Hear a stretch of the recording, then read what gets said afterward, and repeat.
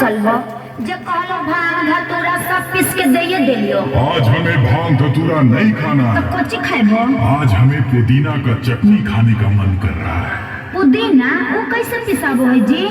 आ ओकरा में कच्ची डलाबो है? बताते हैं गौरा, सुनिए।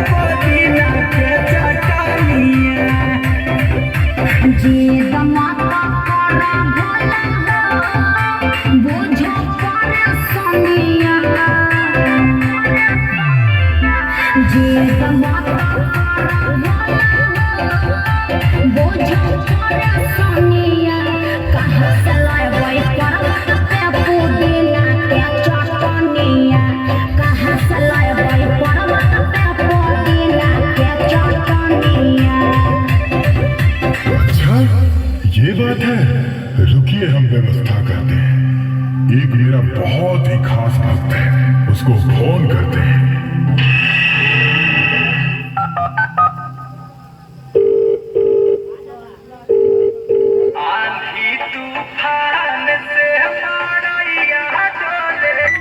हेलो गुंजन, हम देवघर से भोलेनाथ बोल रहे हैं। अच्छा बाबा भोलेनाथ, देवघर से? हमरा तो विश्वास नहीं हो रहा बाबा। विश्वास करो भक्त, हम भोलेनाथ ही बोल रहे हैं। हाँ अबरी अवजिया चिन्हलियो, फोन कैलो, कोई बात है की बाबा? अभी कहाँ हो गुंजन? अभी तो हम नवादा में है बाबा। एक काम करो कि वहाँ पुदीना का खेती होता है क्या? हाँ बाबा। तो मुझे पुदीना का चटनी खाने का बहुत मन कर रहा है। जितना जल्द हो सके तुम पुदीना लेकर देवघर आओ। ठीक है बाबा, अभी आओगे। फोनवा कटलो जी? हाँ कट गया। आए जी, पुदीनवा के पतवा पियर पियर हो भाई की।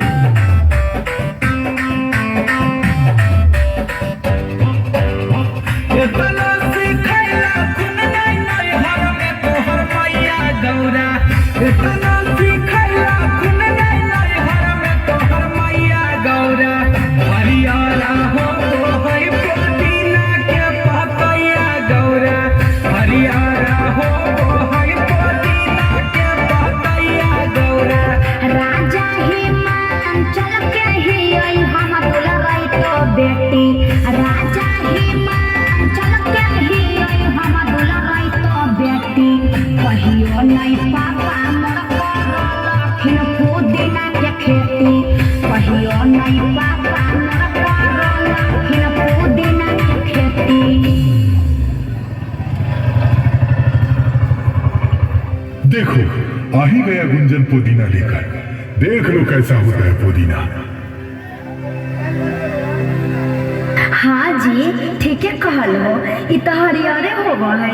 हाँ तो जाके पीसिए जल्दी से, अब देर मत करिए। हाँ जी पीसो ही हो, तब तक तो अपन सेवकन सबसे बातचीत करो न।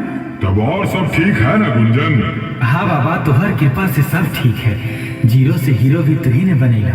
अरे तुम चिंता मत करो, तुम्हारा सब दिन जय जयकार रहेगा। और अमनवा कहाँ है रे? उधार रोक रहे बाबा। बाकी सब लोग ठीक है ना? हाँ बाबा सब ठीक है। अब हम जाइयो, प्रणाम।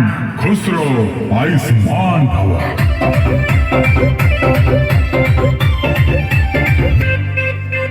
हाँ ना पिसा गेलो, खाए के देखो ने, ठीक है ना?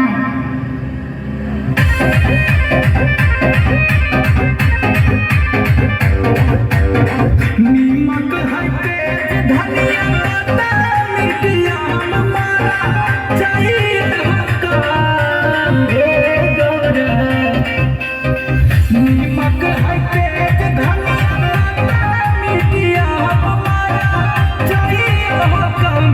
गौरा जाना बेकारो हो, केतना तीत खाइए हम। गौरा जाना बेकारो हो, बड़ी तीत खाइए हम।